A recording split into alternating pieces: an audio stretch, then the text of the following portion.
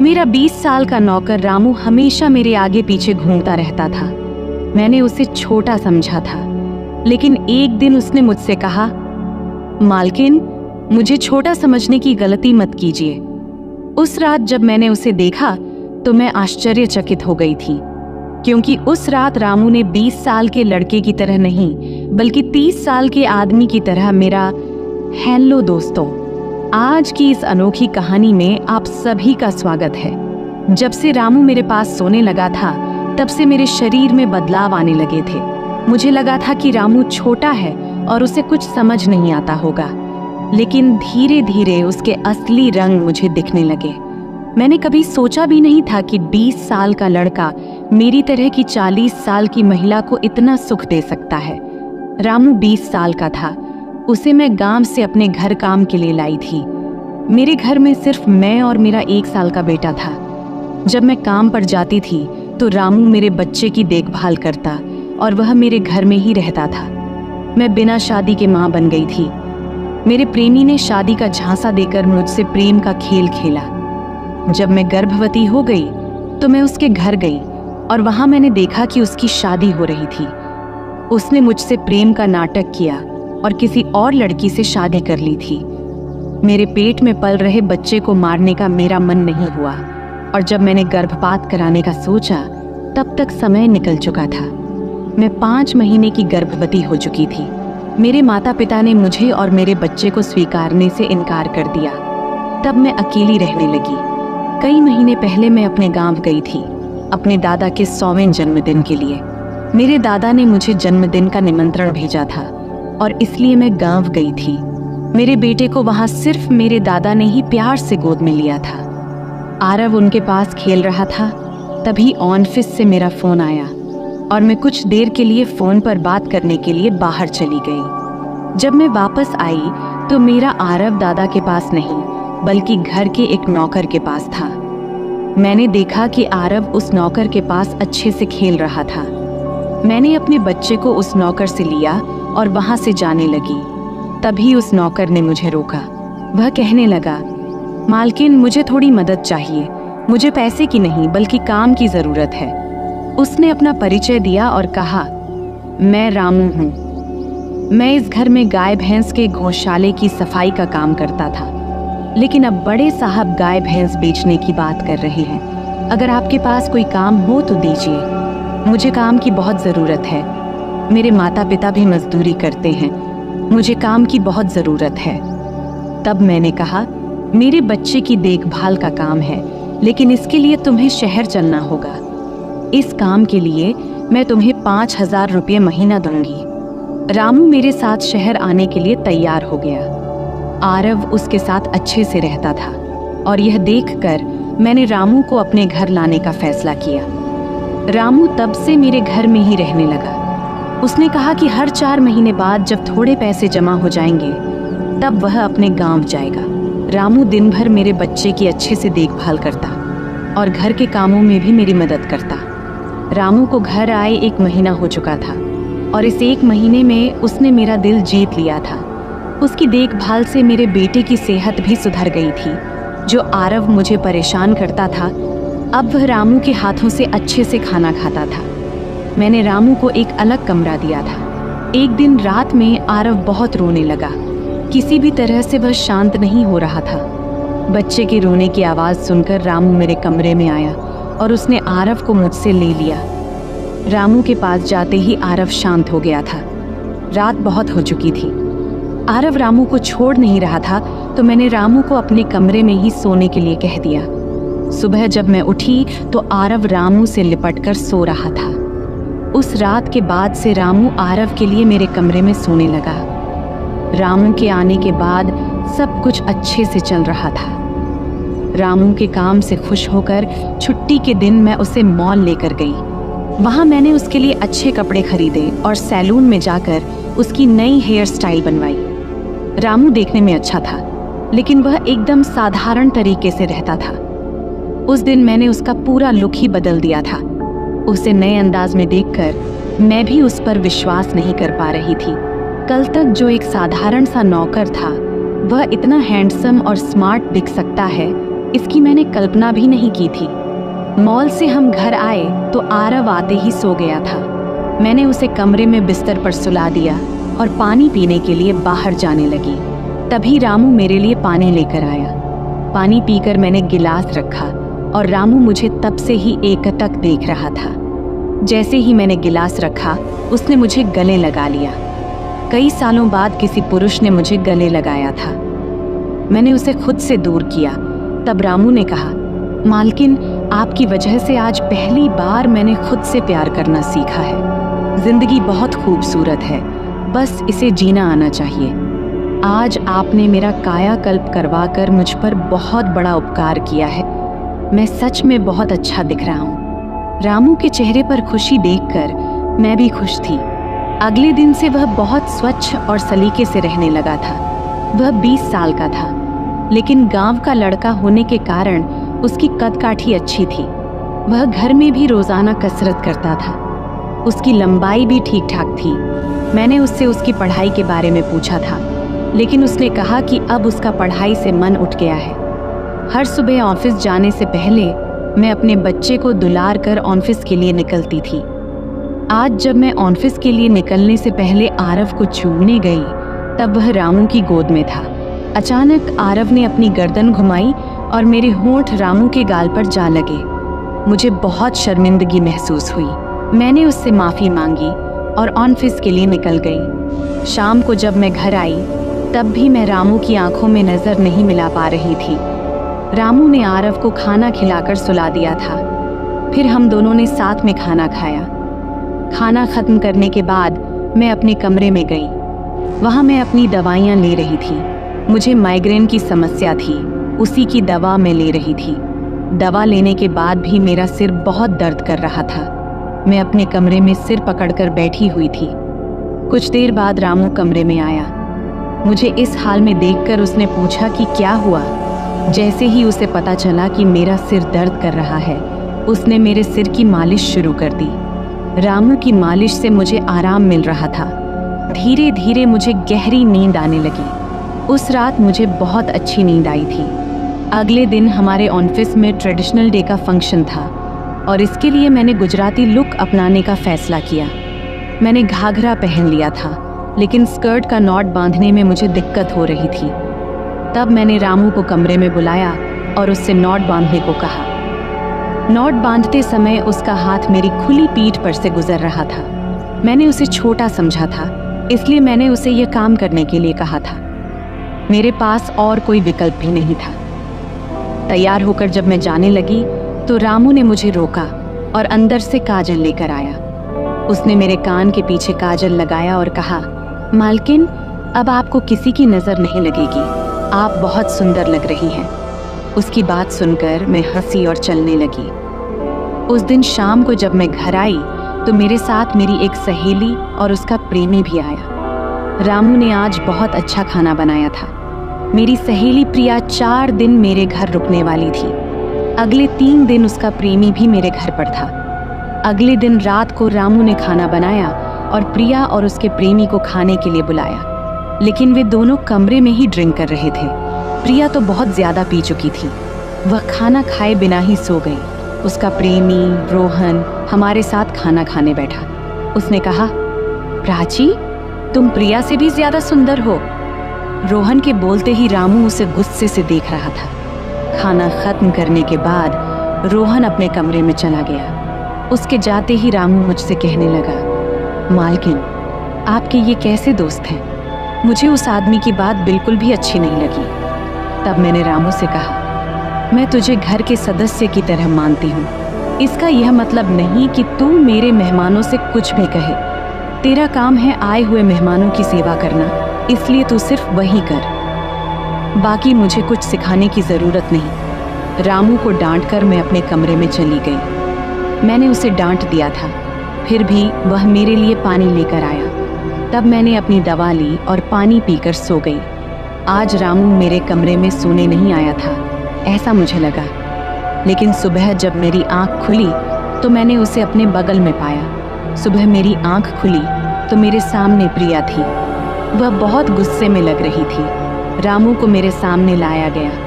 उसके हाथ में प्रिया की ओढ़नी बंधी हुई थी।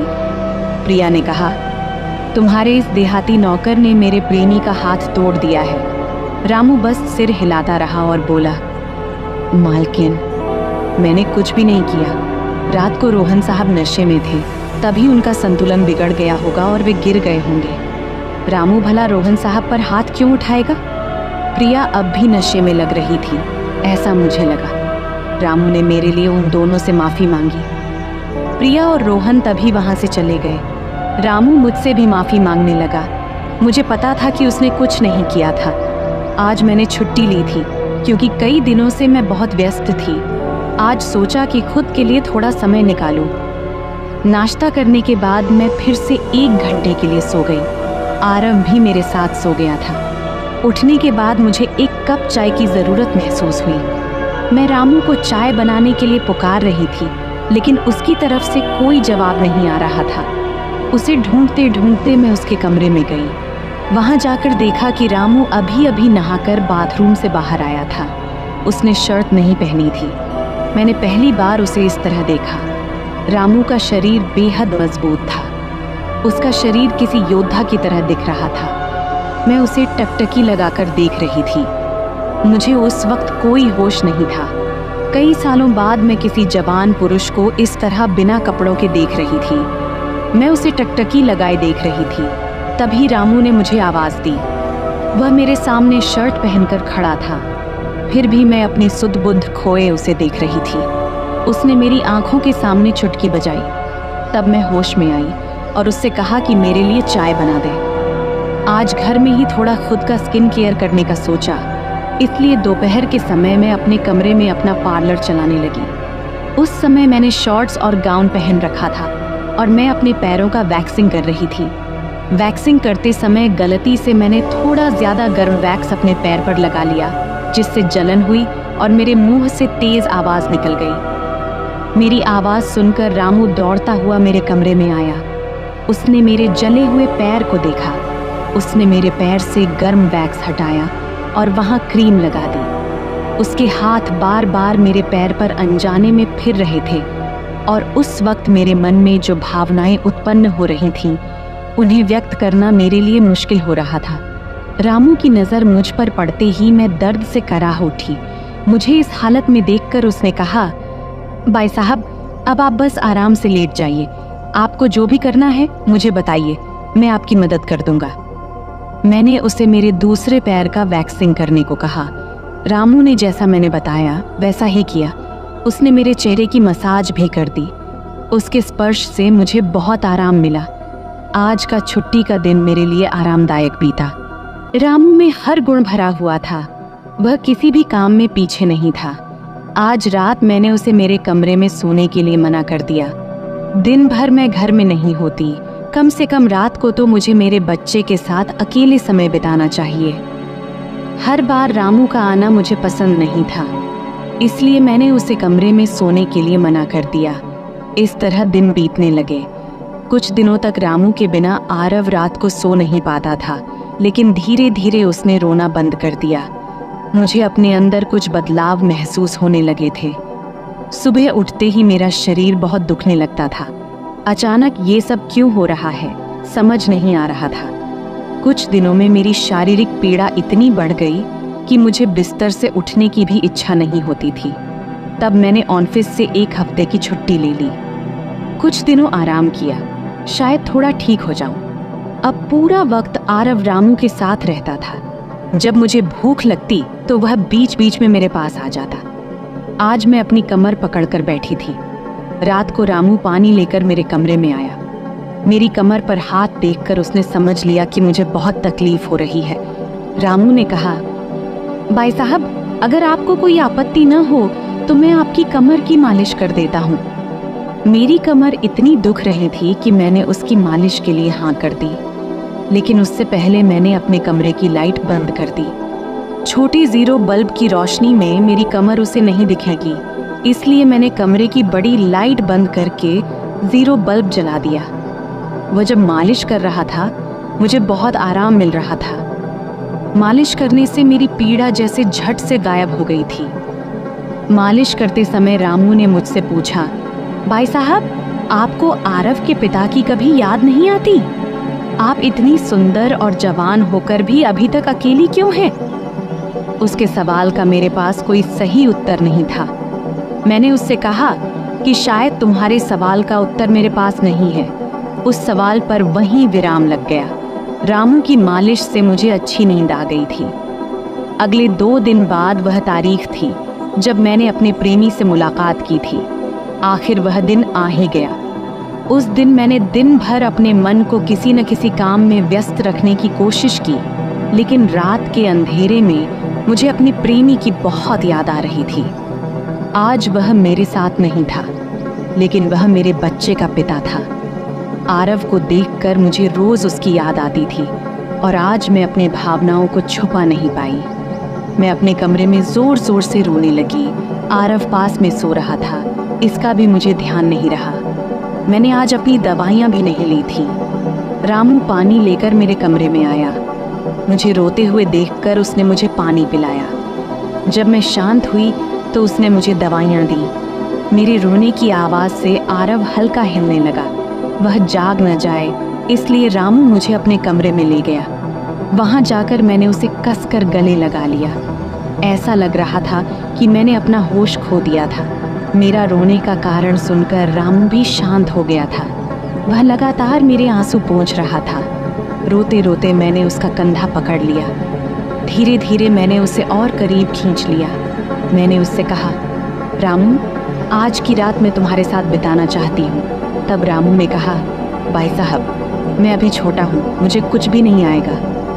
उसकी बात सुनकर मैंने उसे और पास खींच लिया। उस रात मैं उसके कमरे में थी, लेकिन सुबह जब मैं उठी तो वह मेरे पास नहीं था। उसकी शर्ट वहीं पड़ी हुई थी। जब मैं बाहर गई तो मैंने देखा कि रामू मेरे बच्चे को दूध और बिस्किट खिला रहा था। मुझे आरव का ख्याल नहीं आया था, लेकिन रामू ने नहीं भुलाया। उसने हम दोनों माँ बेटे को खुश कर दिया था। रात की थकान के बाद मैं सुबह देर से उठी थी। दिन भर रामू ने मुझसे नजरें नहीं मिलाई। आज प्रिया मुझसे मिलने घर आई थी। वह रामू की तरफ देख भी नहीं रही थी। रामू ने उसे पानी दिया और कमरे से बाहर चला गया। थोड़ी देर बातें करने के बाद प्रिया जाने लगी। जाते समय उसने मुझसे कहा, जितनी जल्दी हो सके अपने नौकर को यहाँ से निकाल दो। वह दिखने में जितना मासूम लगता है उतना है नहीं। उसकी बात का मैंने खास ध्यान नहीं दिया। रोज़ की तरह रात को खाना खाने के बाद रामू ने मुझे पानी का गिलास मेरे कमरे में लाकर दिया और उसने आरव को भी सुला दिया था। आरव आज बाहर हॉल में झूले में सो रहा था। रामू उसकी देखभाल कर रहा था। मैंने अपने कमरे की लाइट बंद कर दी और सो गई। कुछ समय बाद मुझे आरव की आवाज़ सुनाई दी। उसकी आवाज़ से मेरी नींद खुली। मैं उठने वाली थी कि तभी उसकी रोने की आवाज़ बंद हो गई। कुछ समय बाद मुझे अपने कमरे का दरवाज़ा खुलने की आवाज़ सुनाई दी। मैं चुपचाप सब देख रही थी। रामू मेरे कमरे में आया था। उसने मेरे पास आकर यह देखने की कोशिश की कि मैं सो रही हूँ या नहीं, और फिर उसने मेरा मोबाइल उठाया। उसकी वह खोजबीन देखकर मैंने जल्दी से कमरे की लाइट ऑन कर दी। मुझे जागता हुआ देखकर वह चौंक गया। मैंने उसके हाथ से अपना मोबाइल छीन लिया। मैंने उससे कहा, रामू, यह सब क्या चल रहा है? तुम इस वक्त यहाँ क्या कर रहे हो? वह कुछ नहीं कहकर वहाँ से जाने लगा, लेकिन मैंने उसे इतनी आसानी से छोड़ने का इरादा नहीं किया था। मैंने उसे उसका वीडियो दिखाया जिसमें वह प्रिया के बॉयफ्रेंड पर हाथ उठा रहा था। उस दिन रोहन के मोबाइल का कैमरा गलती से चालू रह गया था और उसमें उनकी हाथापाई रिकॉर्ड हो गई थी। सुबह जब प्रिया मुझसे मिलने आई थी तब उसने मुझे वह वीडियो दिखाया था और तब से मैं रामू पर नजर रख रही थी। रामू, तुमने झूठ क्यों बोला? तुमने रोहन पर हाथ क्यों उठाया? तब उसने कहा, जो भी आप पर बुरी नजर डालेगा उसके साथ मैं यही करूंगा। मालकिन, उस रात जब रोहन नशे में था वह आपके कमरे में आया था। वह आपके साथ कुछ गलत करने की कोशिश कर रहा था और इसीलिए मैंने उस पर हाथ उठाया। रामू की बात सुनकर मैंने कहा, ठीक है, मैं तुम्हारी बात मानती हूँ, लेकिन तुम मुझे नींद की दवा क्यों दे रहे थे? आज मैंने तुम्हें मेरे पानी में दवा मिलाते हुए देखा है। तुम्हारी नज़र मुझ पर थी और तुम जो चाहते थे वह मैंने तुम्हें दे दिया है। अब अपना हिसाब करो और गांव निकलो। मेरी बात सुनकर रामू बोला, मालकिन, आप जैसा सोच रही हैं वैसा कुछ भी नहीं हुआ है। कल रात मैंने आपके साथ कुछ भी गलत नहीं किया। मैंने आपके पानी में नींद की दवा मिलाई थी, जिससे आप मेरे पास आते ही सो गई थी, और मुझे आपके साथ कुछ भी गलत नहीं करना था। कुछ दिन पहले मैंने आपको रात में फोन पर बात करते हुए देखा था। मैंने आपकी बातें सुनी थी।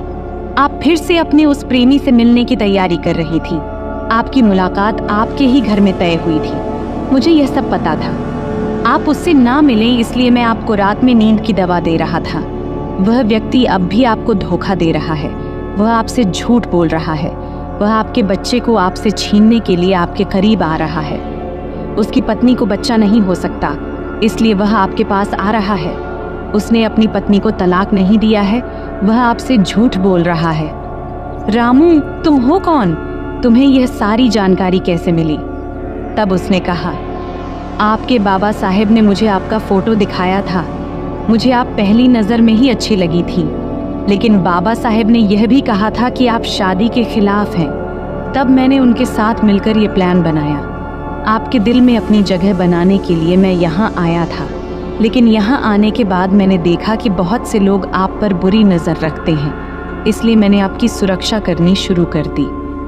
रामू 20 साल का नहीं था। मेरा पहला शक सही निकला। वह 30 साल का था और एक अच्छी नौकरी पर था। उसने मेरे प्यार के लिए इतनी मेहनत की थी। रामू ने मेरे प्रेमी के बारे में जो भी कहा था वह सब सच था। रामू ने मेरे प्रेमी की सारी जानकारी सही निकाली थी। रामू जैसा ईमानदार पति और मेरे बच्चे का पिता मिलना मेरे लिए बहुत बड़ी बात थी। मैं अपने प्रेमी के धोखे के जाल में फंसने से बच गई थी। आज मैं विक्रांत उर्फ रामू के साथ बहुत खुश हूँ। वह मुझसे और मेरे बच्चे से बहुत प्यार करता है। मेरे बाबा साहेब की वजह से आज मेरा परिवार शुरू हुआ। मुझे रामू जैसा पति मिला, ये मेरा सौभाग्य था। दोस्तों, जो आपसे सच्चा प्यार करता है वह किसी भी कठिनाई में आपका साथ नहीं छोड़ता। रिश्ते निभाने वाले को किसी वजह की ज़रूरत नहीं होती, और रिश्ते तोड़ने वालों के लिए एक बहाना भी काफ़ी होता है। तो दोस्तों, यह थी हमारी आज की छोटी सी कहानी। आपको यह कहानी कैसी लगी कमेंट करके ज़रूर बताएं। अगर आपको यह कहानी पसंद आई हो तो इसे लाइक करें और अपने दोस्तों के साथ शेयर करें। आगे भी ऐसी ही रोमांचक कहानियों के लिए हमारे चैनल को सब्सक्राइब करें और बेल आइकन दबाना न भूलें, ताकि आप हमारी कोई भी कहानी मिस न करें। धन्यवाद।